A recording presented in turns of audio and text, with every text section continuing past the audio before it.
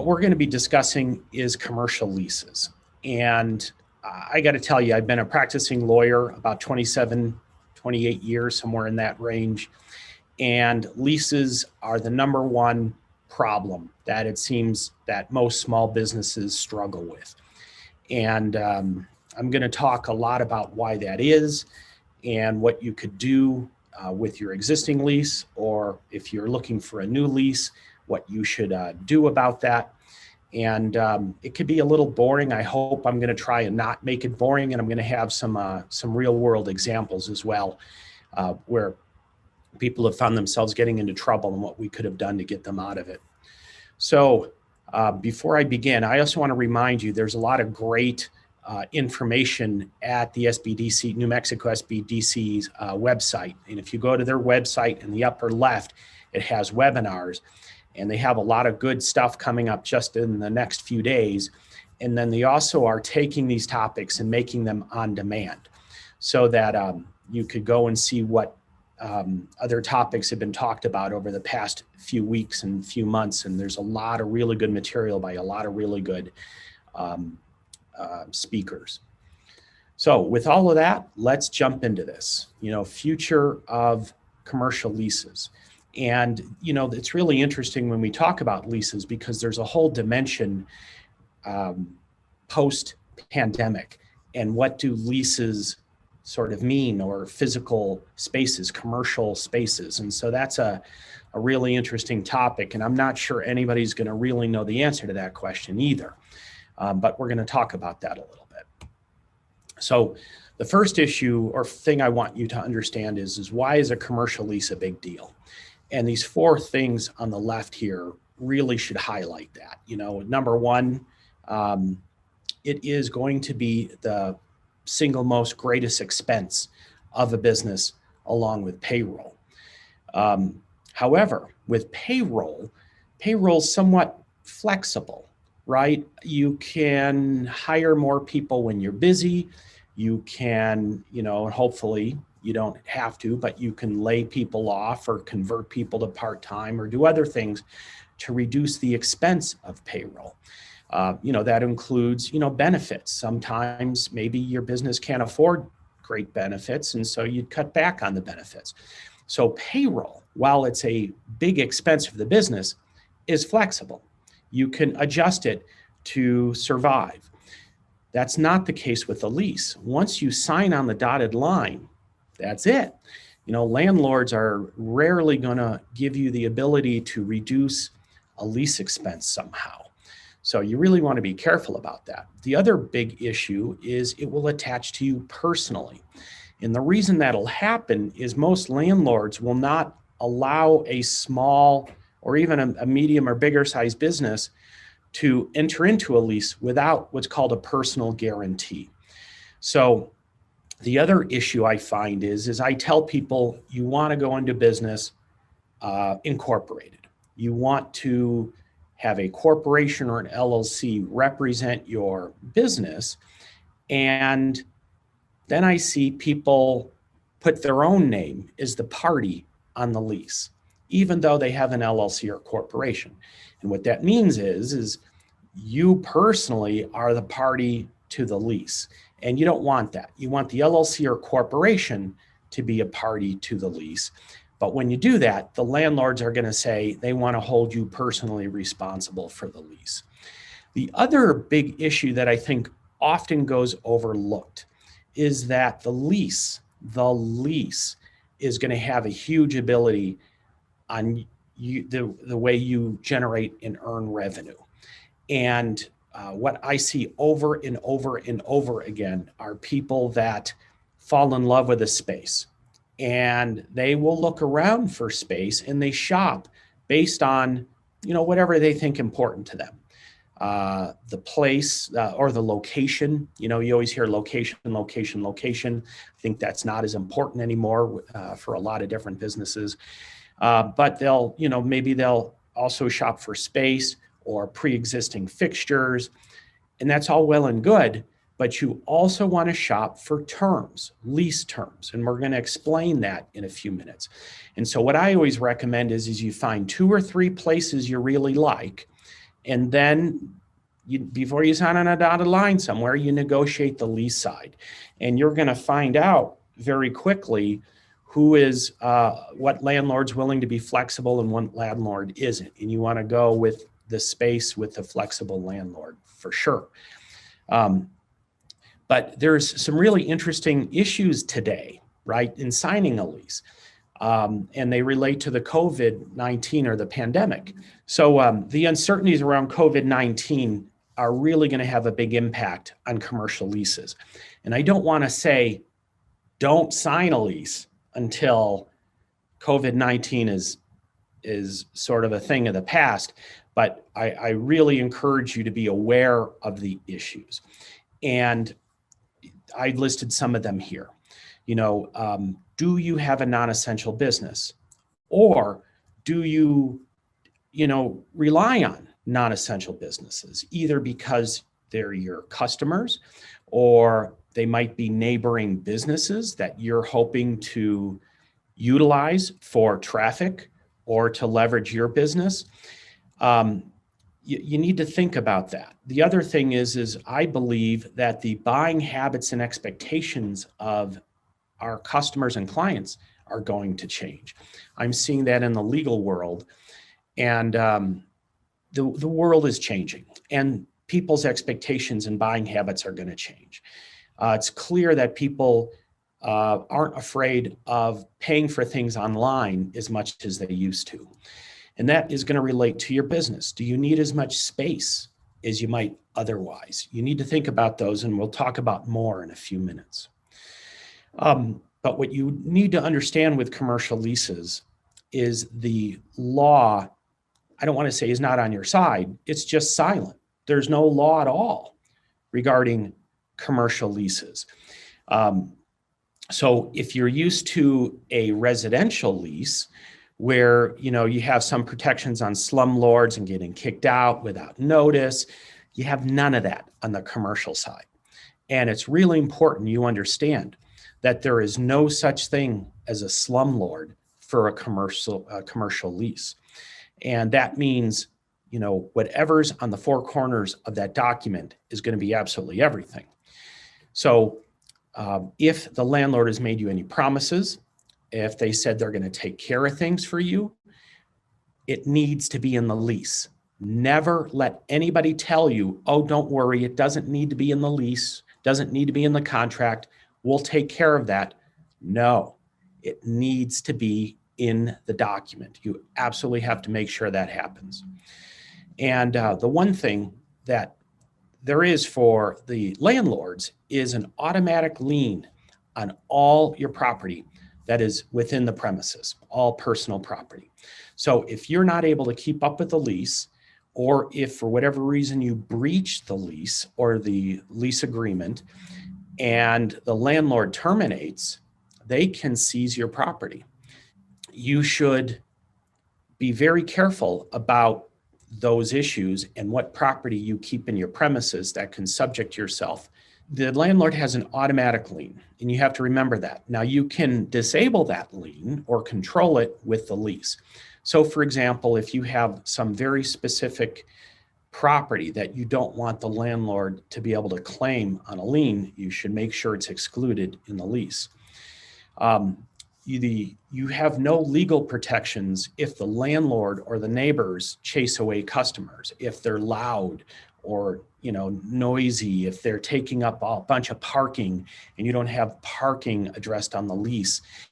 I've had issues where we have people with the medicinal marijuana, for instance. They're not supposed to be using the product on premises, but for whatever reason, the odor of the product ends up getting into nearby or neighbors or premises, and that could create a problem.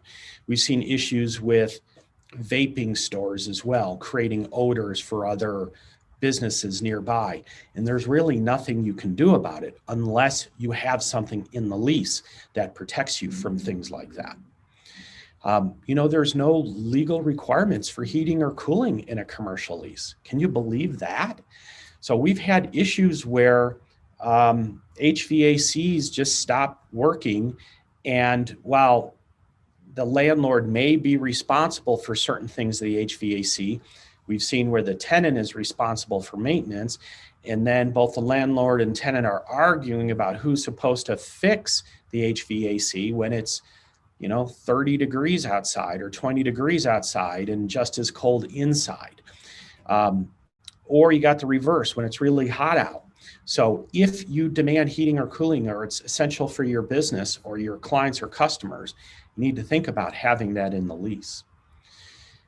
Remember, if it's not in the lease, it just doesn't exist. There's really nothing you can do to hold people accountable, hold your landlord accountable for common sense things, like parking or access. I mean, just think about that for a minute. When you rent a place, you sort of assume people should be able to come and go. Well, if it's not in the lease, that is a hard argument. Now, there might be some, if you want to spend a lot of money and go to court and fight about access, we might be able to do something. But it's still hard and it's still expensive, and it would be much better to make sure you have it in the lease. Signage, your, parking, the ability to be able to make improvements, all of that needs to be in the lease if that's critical or important for your business. The other important thing you need to understand is what a fixed means. And you want to make sure you don't give the landlord something you don't intend. And so what do I mean by that? Well, 99% of the leases, the commercial leases I've read, will have a clause saying anything that you, the tenant, affixes to the premises becomes owned by the landlord. So the landlord will take ownership of things you affix. Now, that makes sense when we're talking about maybe flooring, for instance, right? The landlord, if you put wood flooring down or nice tile, the landlord's going to want to take ownership of that flooring and keep it, and so that they can use it for the next tenant. A sink, you can imagine, countertops, the landlord's going to try and keep ownership of all of that when you do that. But affixing could grab onto a lot of other things depending on how it's defined, including refrigerators, appliances, things that hang on the wall like expensive artwork and mirrors. So you really want to be careful how affixed is defined in the lease. And then you also want to make sure that you have exceptions to the affixed rule if important to you, like appliances. Do you want to be able to remove your appliances at the end of the lease? Well, depending on how the word affixed is defined, you may not own those appliances. And worse, if an appliance stops working or the floor is damaged, the landlord can force you to fix them and replace them. So you really want to be careful about that, the word affixed, and what you do with the premises and the space. So what I want to do is talk about getting out of a lease. What did we learn because of COVID-19, and how could we get out of a lease? And the reason I want to talk about this is because then I think it provides good sort of direction and an understanding of what we want to make sure is in the lease post-COVID. So you may be in an existing lease and want to get out, or you may be considering a new lease. And hopefully this will help you understand what some of the issues are. And the big issue is most leases are, and when I say most, I mean all. Just about every single lease I've ever reviewed is very one-sided in favor of the landlord. And so when I get a call saying, I'm a non-essential business, I'm not getting any people in the door, I need to close up shop, I need to terminate my lease. The very first thing we do is we look at the force majeure clause. And what does it say about acts of God and or pandemics? And most of the time, the force majeure clause is going to say something like, except in instances of paying money. Then there's the excuses. So a force majeure clause basically is an excuse to not provide performance or not to perform. And so Usually it's intended, like if there's an act of God, let's say a fire, an earthquake, things of that nature, both parties are excused from performance for the duration of the event.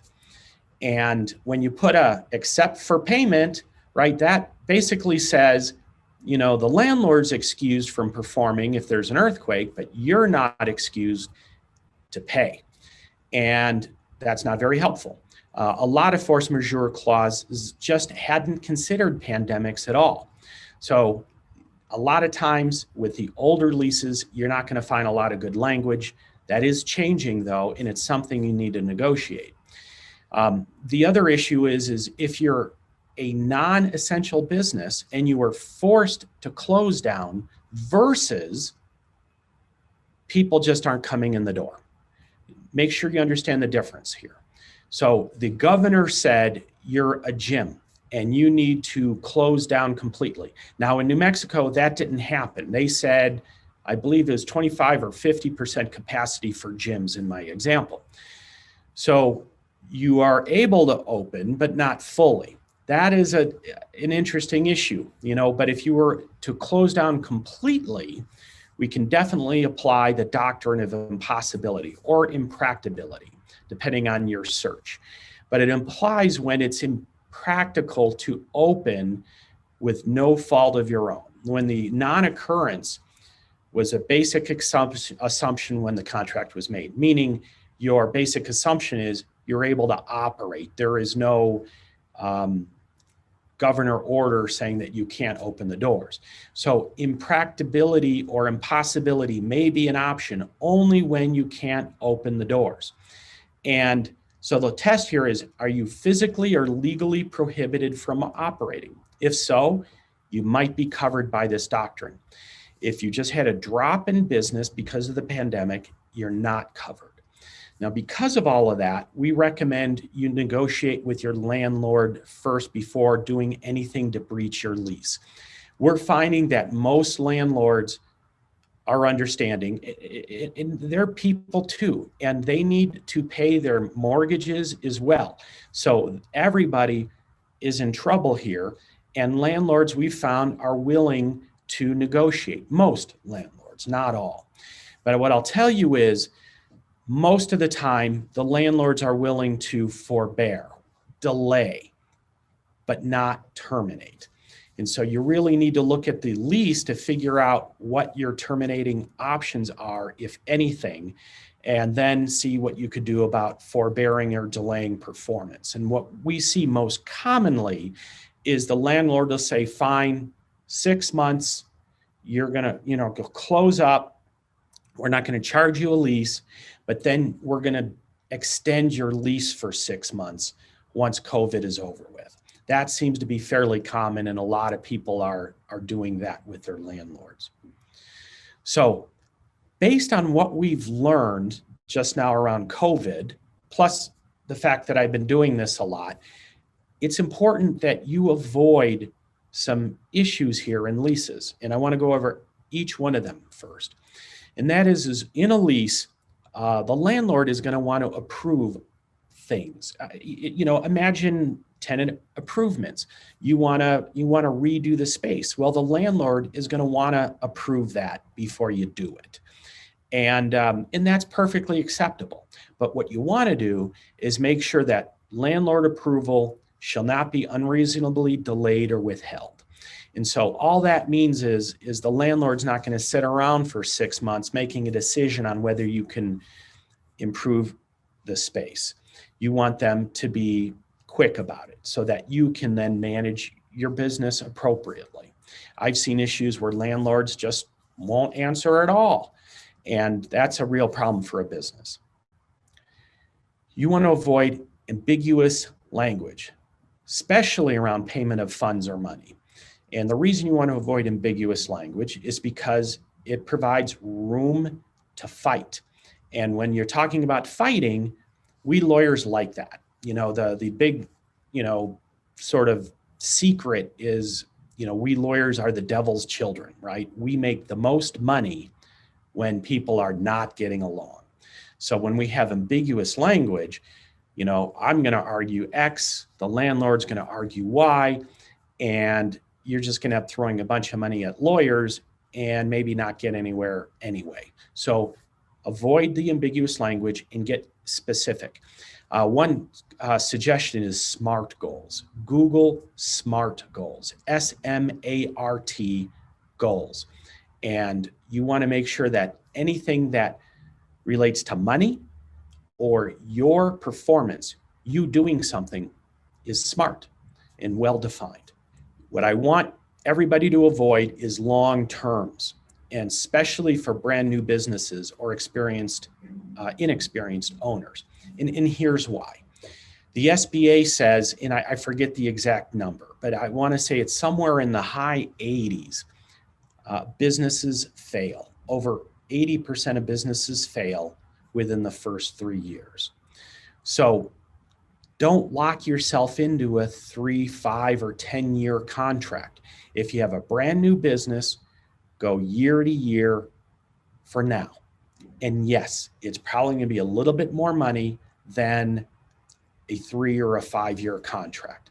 But if you're one of the unlucky, unfortunate people where you have to close your doors, you're not going to have that expensive lease hanging over your neck. And it's going to give you a lot of options, including renegotiating on the second or third year. So you'd be really surprised that, spending a little bit more money on the shorter term is going to really help you in a lot of circumstances.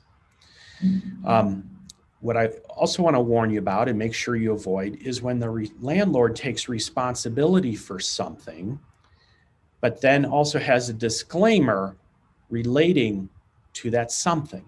And I'll give you an example. Landlord responsible for the swamp cooler on the roof, but the landlord's not responsible for water damage. That's ridiculous, right? But a lot of leases will have that. You'll see something where the landlord's responsible for the grease trap if you have a restaurant or need that kind of thing. But then the landlord's not responsible for damages associated with the improper maintenance of the grease trap. That would be a problem as well. So you really want to think through those issues, and whatever the landlord's responsible for, how can it create damage to your business or your property, and make sure that the landlord's responsible for it. And I'll tell you, landlords don't want to be responsible for anything. So they're going to have problems with that. But then that's where the negotiation is. And it's like, look, if I tell you your swamp cooler is dripping on my stuff, you need to fix it ASAP. And if you let it go on too long, then it's going to create more damage and you're going to have to pay for it. So at least you can tie down the response time that the landlord will have to treat something like water dripping from a swamp cooler. You want to avoid extensive penalties for late payment of rent. What would be an extensive or excessive penalty? Well, clearly money, but another one would be terminating the lease. I've seen leases where, you're 3 days late on rent, boom, you're terminated. You're terminated. The keys, the locks are rekeyed. You don't want that. And you'd think, well, 3 days, come on, I should be able to pay my rent in 3 days. Are you sure about that? And are you the type of person that puts a check in the mail? Have you seen checks slow down recently because of the Postal Service? So no fault of anybody's. There are leases all over the country because the Postal Service managed to slow itself down somehow, and checks are not getting delivered on time to the landlords. So don't be one of those people. Give yourself a reasonable amount of time. And so 5 days, payment. But even then, so now you've breached. You didn't pay when you're supposed to. You're 5 days late. Okay, fine. Here's $100 penalty, but you can't terminate my lease. You got to give me 10 days notice, and you got to tell me that you didn't receive my payment, and I'm gonna FedEx or I'm gonna drive down a check. That's what you want, because you never want to get into those circumstances, because if the landlord decides they don't like you, or if the landlord decides they can get somebody else in your space for more, then this is a great way for them to trigger a termination and get you out of there. So don't give the landlord opportunities to get rid of you if you don't want to be gotten rid of. So the other issue, and I kind of touched on this earlier, was benefits or rights not identified in the lease. Words, verbal communication is irrelevant. If anybody ever tells you, oh, don't worry, it's not in the contract, it's not in the lease, we'll take care of that. No, it has to be in the lease. I'll give you another example. Let's say the landlord says, oh yeah, don't worry, we will pay for all utilities. Okay, but it's not in the lease. The lease says tenant's responsible for utilities, but they verbally told you that they will take care of utilities. And then they'll even say, we've been doing it for years. No, put it in the lease. Make sure the lease is correct and it addresses what is actually going on. And I'll explain why with a bad example one of my clients had in a little bit.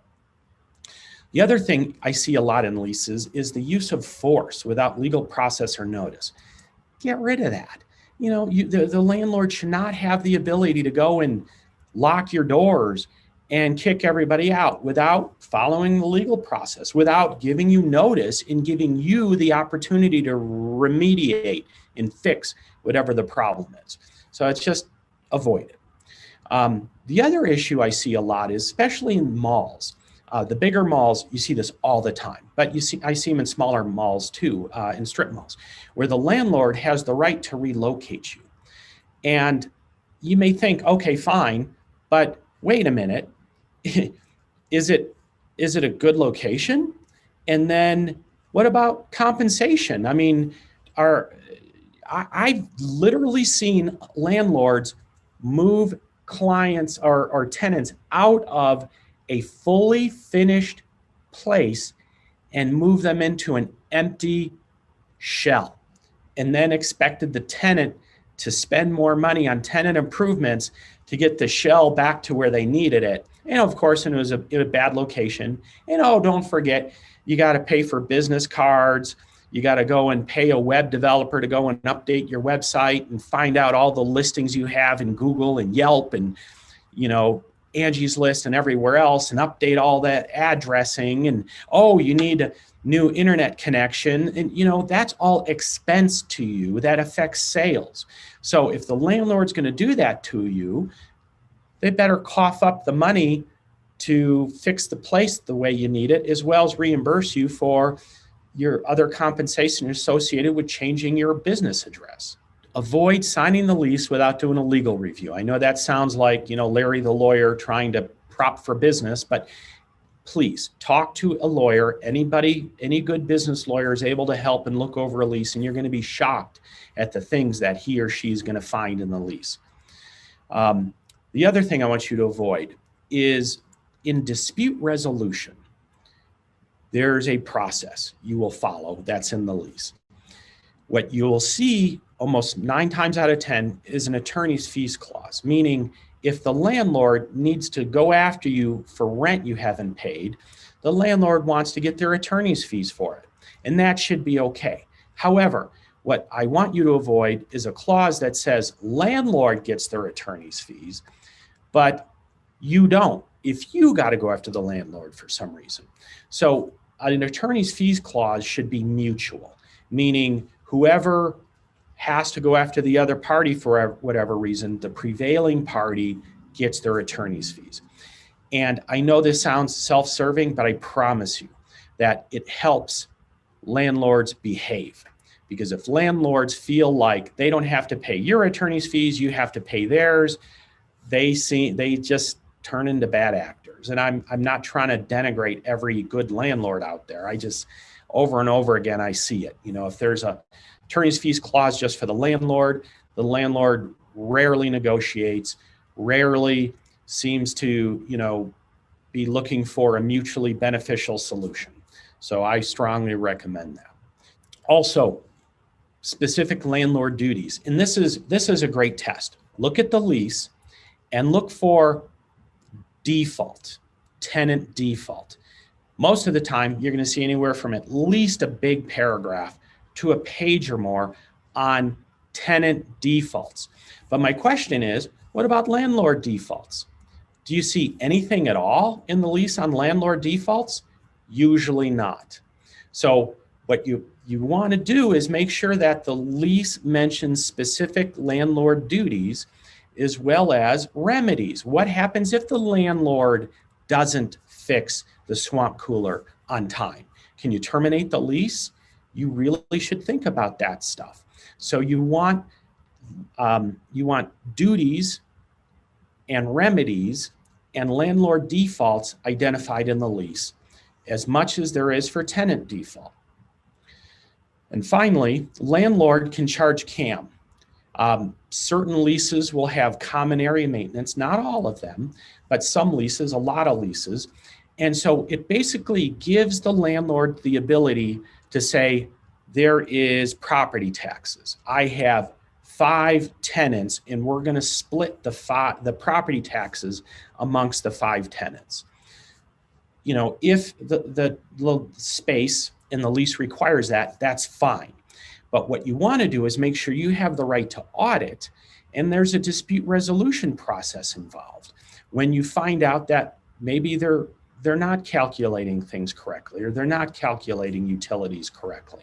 I've seen instances where a property management company will have their father-in-law's maintenance company doing maintenance on the common areas. And that maintenance company is charging an exorbitant rate and then splitting amongst the tenants. You have a right to audit all of that, and all the fees and charges should be reasonable given what is being produced. And you should exercise your audit rights every once in a blue moon just to make sure things are on the up and up. One other one. I want you to avoid brokers who are representing both you and the landlord. And again, I'm not trying to denigrate a class of people like brokers here, but when a broker represents both, they're trying to get a deal done and they're not really looking out for your best interest. They're looking out for your best interest as well as the landlord's best interest, and those are competing things. And what I find is when brokers can represent both you and the landlord, they tend to show you only those properties where they have a relationship with the landlord, versus a broker that you make clear that they cannot represent the landlord, they cannot accept a finder's fee from the landlord, although they probably still get paid from the landlord, but they're not representing the landlord. There's another broker involved. That way, such brokers are more apt to show you more properties, number one, and then also better represent you versus the other landlord. What have we learned with COVID? So I talked a little bit about if you had an existing lease, what you would try to do to get out of it. And then I talked about stuff you want to avoid in a contract or in a lease. So if we're thinking about a new lease, what do we want to think about? And the first one is force majeure clauses, for sure. And think about not just relating to yourself, but how it relates to customers, vendors, contractors, neighbors, and do you need, run through an edge case, a use case, I call it. What happens if your customer base are non-essential businesses and they can't afford my services? Do I want that in my force majeure clause? Do I want specific language around pandemics? Now, you can't just think about that in a vacuum. You got to put it into the bigger issue here, the bigger context. How long is too long? If it's a 2-week pandemic versus a 2-year pandemic, do I want the ability to terminate, or do I just want to be able to delay performance or payment? You want to run through those cases, and you can, I promise you, force majeure clauses are going to be much longer dealing with these issues. But, do you want to go back to your business in 2 years? Everything was mothballed. Some businesses, you're dealing with food items, you got to prepare and close down equipment. You got to go and re-get licensing and permits. There's a lot to reopening a business, depending on the kind of business you have. So you want to really think about that, make sure the lease addresses these possibilities. I want you to be aware of the non-essential business types. I mean, we've learned a lot here. You know, if we rely on customers that are non-essential or they're operating at limited capacity somehow, they're not paying as much for our services. They just can't. You know, so how do we deal with that? You know, and if we're relying on neighbors that are non-essential, or if I have employees, some are essential, some are non-essential, how do I fold that into the needs of my lease in my space? Is your business non-essential? If so, you know, you really want to think through that and make sure you have a really strong force majeure clause. You really need to target these issues and options within your lease. Otherwise, what I didn't mention is a lot of people end up having to face bankruptcy personally because they can't get out of their lease and they have a really large monthly payment that they can't continue to maintain when their business isn't operating or their business is closed down. The next question is, will office space requirements change? Have they changed forever? You know, will some employees or positions work from home from now on? Will that reduce your overall spacing requirements or office needs? You know, do you have to control traffic better somehow? You know, I've seen instances where you got people have to line people up outside for them to be able to even enter the premises. Well, that's all well and good in New Mexico, you know, maybe in the June and, you know, October timeframes, but it's probably not so great in the summer heat or in the winter cold. So do you need to think about that somehow within the space? Or do you have like separate sets of doors so that people can come in and wait and queue up properly for your business? Is this an opportunity to downsize? You know, and I talked about spacing requirements a minute ago, but can you downsize and have people working from home? You know, there's a big issue with the smart office, getting better internet access, rotating offices. I'll tell you, you know, as a lawyer, we've learned a lot. And one of the things I've learned is that some people are not efficient or effective working from home. I have seen a decrease in utilization, and it's pretty significant. I would say it's almost 40%, somewhere 30–40% decrease in utilization when most people work from home. Not all, but most. And so when COVID is over with, I'm bringing everybody back into the office.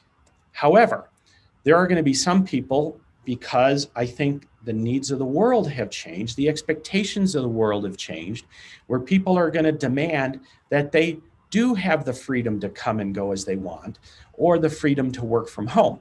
So I'm going to have to put into place some sort of performance metrics and accountability structures so that you are free to work from home, provided you meet X, Y, and Z criteria, and that you continue to be productive and efficient and effective. And so I don't know how many people are going to be able to do that yet. And so it's very difficult for me to predict how much I can downsize because of this. But what I do know is most people don't have the capability of being effective at home. I'm just not seeing it. They're getting up at the same time, and they're spending time with the kids and the pets, and then they're walking in front of their computer at 9:30, and then they're going and taking the dogs for a walk at 10:30, and so they're just not as efficient and effective at home. So I'm bringing them in. Your business may be different, and so I think it's a little early to determine where this is all going, but I do know I'm going to need a rotating office or two, because I do know there will be some people working from home, and I know I'm going to have to beef up my internet access and have a smarter, more capable office, paperless office, so people can access files and documents from home or remotely. The other thing to think about is, you know, the age of the building and the space. And I know this is a big problem for a lot of buildings in Santa Fe, for example, that are a little older and don't have new ventilation systems, but you really need to look at the airflow. And I have a typo here. I say save airflow systems. I mean safe airflow systems. What's important is the air is actually circulating. You don't have stale air moving around. You have fresh air replacing old air in the building. And so I expect that landlords are going to be updating their ventilation and HVAC systems. And that's something you should definitely shop for and look around for when you are looking for a space.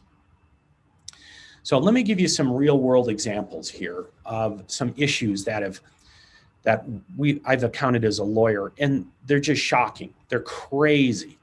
And I'll spend about 10 minutes and I'll leave the last 5 to 10 minutes for Q&A. So the first example, and this guy was a friend of mine. He is an engineer with Sandia Labs and loves yoga. And his best dream, his ongoing dream was to have a hot yoga studio. And he and I talked about all of this. He spent years kind of figuring out what he was going to do. And then one day he called me up saying, I need you to look over a lease. And it turned out to be a sublease.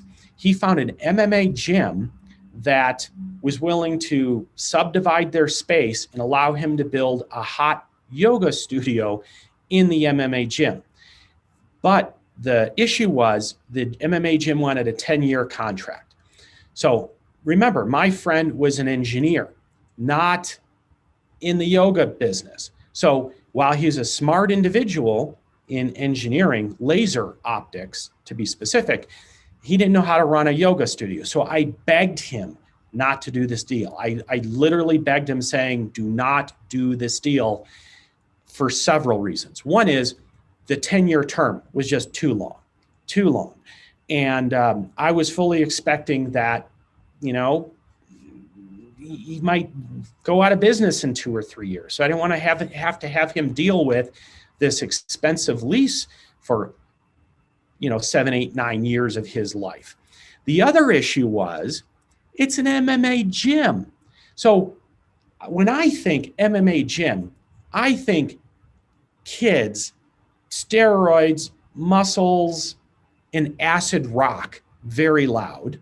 And when I think yoga studio, I think older generation. I think, drifty, floaty music. I saw those as two very different cultures in a culture clash. And my friend couldn't disagree with me more. He went through with the lease. Even better, I made a lot of changes to the sublease, and the MMA gym said, no, we're not accepting any of the changes. So my friend still signed the lease despite my advice. And within 8 months, my friend is calling me back saying, I got to get out of this. I'm not, my yoga students aren't willing to come into the MMA gym. They feel intimidated. They don't like, that we have incense. They are, rude and obnoxious. They're putting equipment in front of our doors, so we can't even get into the place. And the owner of the MMA gym is he's an older gentleman, I guess very large, used to throwing his weight around, and literally was physically intimidating and threatening my friend. Fortunately, we got it on video. So I was able to say, what a great argument to say, well, this is, the behavior you're exhibiting is creating a number of problems. And, there's another thing called the quiet enjoyment. And it was basically a violation of the quiet enjoyment of the place. And so I was able to get my friend out of there, but he would have spent lots of legal fees if he wasn't my friend. So you really need to be careful about that, but that's one example. Another example, it's another yoga studio unrelated to my friend's yoga studio. And when they rented a place, they spent over $60,000 on a beautiful wood floor on the in the premises. I don't remember how many square feet it was, but it was a rather large place. I think they could have 3 different sessions at the same time. And at any rate, the landlord was responsible for the swamp cooler. And you know where I'm going with this, don't you? So the swamp cooler started dripping on the wood floor. So our client told the landlord didn't do anything about it. They ended up putting like a large bucket where the drip was. That helped, but what would happen is the bucket would fill up and then the drips, drip, and then it would splatter around. And of course, then you got a full bucket that weighs a lot. And so it splashes as you try to carry it outside to empty it. And while you're doing that, it's still dripping. So over the span of months, it damaged and then destroyed the portion of the floor underneath the swamp cooler. So guess how I got involved? Do you think I got involved because the yoga studio, who can't afford a lawyer, wanted to sue the landlord to replace the floor? No. They hired me, the lawyer they can't afford, because their landlord hired a lawyer, threatened to sue them because they being the landlord, wanted my client, the yoga studio, to replace the flooring. Because remember, what's affixed? Well, once the yoga studio spent 60 grand on that nice wood floor, it became the landlord's. The landlord owned that floor. But the yoga studio was responsible for water damage, and there was water damage on the landlord's precious wood floor. So the landlord wanted the yoga studio to not just repair and replace the damaged portion of the floor. No, because that wouldn't look nice. They wanted the yoga studio to replace the entire $60,000 wood floor because of the water damage associated with the swamp cooler that the landlord was responsible for and failed to fix even after being notified. I mean, it just sounds like an outrageous fact pattern, but here's a yoga studio getting sued over this and having to hire a lawyer, pay a retainer, and defend themselves using a lease that is one-sided. It was the landlord's floor. They were responsible for the water damage. So it was not a good situation for this yoga studio. And the last thing they wanted to do was spend $30,000 or $40,000 with me arguing how unfair this all is. And so they ended up having to close their business down and then negotiate with the landlord on everything else. Finally, the last example I'm going to give you is even more outrageous than the yoga studio I told you about with the wood floor and the swamp cooler. Here's what happened. This was a laundromat. My client was a laundromat. He had a 20-year lease. And the reason he did a 20-year lease is because his friend owned the strip mall that the laundromat was located in. It was his friend. His friend was not charging him for utilities, and I guess laundromats use a lot of water. So my client was not paying for the water that his business was using in his laundromat in this strip mall. Well, about 9 years into the lease, meaning 11 years more to go, his friend sells the strip mall. And therefore, my client, the laundromat tenant, has a new landlord. The new landlord figures out, oh, look at this. This laundromat hasn't been paying for water. The lease says it should be paying for water. So number one, you need to start paying for water going forward. And that actually turned out to be a bit of a financial problem because the laundromat was such that it was just barely breaking even without having to pay for water. So once it had to pay for water, its viability was in question. But that's not the biggest issue. Number two, the new landlord said, oh, I acquired this lease. It's called an assignment.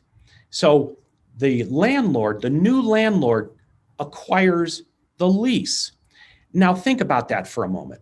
When somebody is assigned the lease, meaning the seller of the property assigns the lease to the buyer of the property, that assignment gives the new landlord all rights and benefits and terms and conditions and duties. Everything goes to the new landlord. Well, guess what? That lease said my client was supposed to pay for water. And it doesn't matter that verbally the old landlord, his friend, said he didn't need to pay for water. The new landlord said, you've been breaching your lease for the past 9 years. You owe me 9 years worth of water, utilities you haven't been paying. And yes, that number was very close to 6 figures.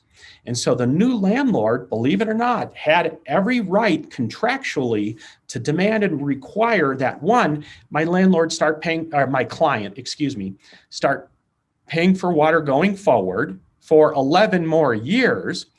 And then two, to cough up almost 6 figures worth of water that wasn't paid for previously. And that was a big deal in a big lawsuit.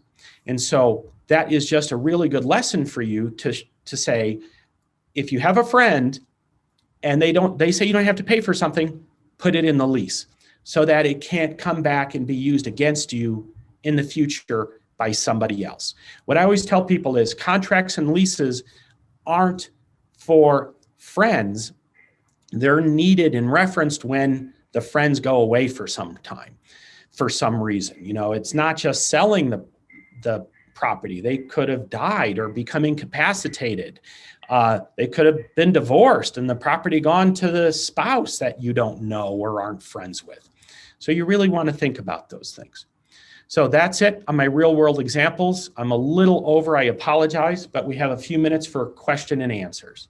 Larry, let me ask you, you were talking about home offices. Does that have anything, would you consider home offices if you're requiring your employees to work from home? What if something happens to their workspace at home? Would that be like with a commercial lease or anything like that? Well, not necessarily. A commercial lease is going to govern the premises that the business is renting or leasing from the landlord. It doesn't cover the individual home offices of your employees. But, you know, you raise a really good point, though, in that if you're going to allow your employees to work from home, you need to make sure that, are you giving them materials, inventory, products, tools that they can hurt themselves, or there might be safety issues with children around. You really need to think about that, because if anybody gets hurt, it's not related to the lease, but it could still come back to the business. So you want to make, very clear what the safety guidelines are for any tools or materials or equipment that might be used by people working from home.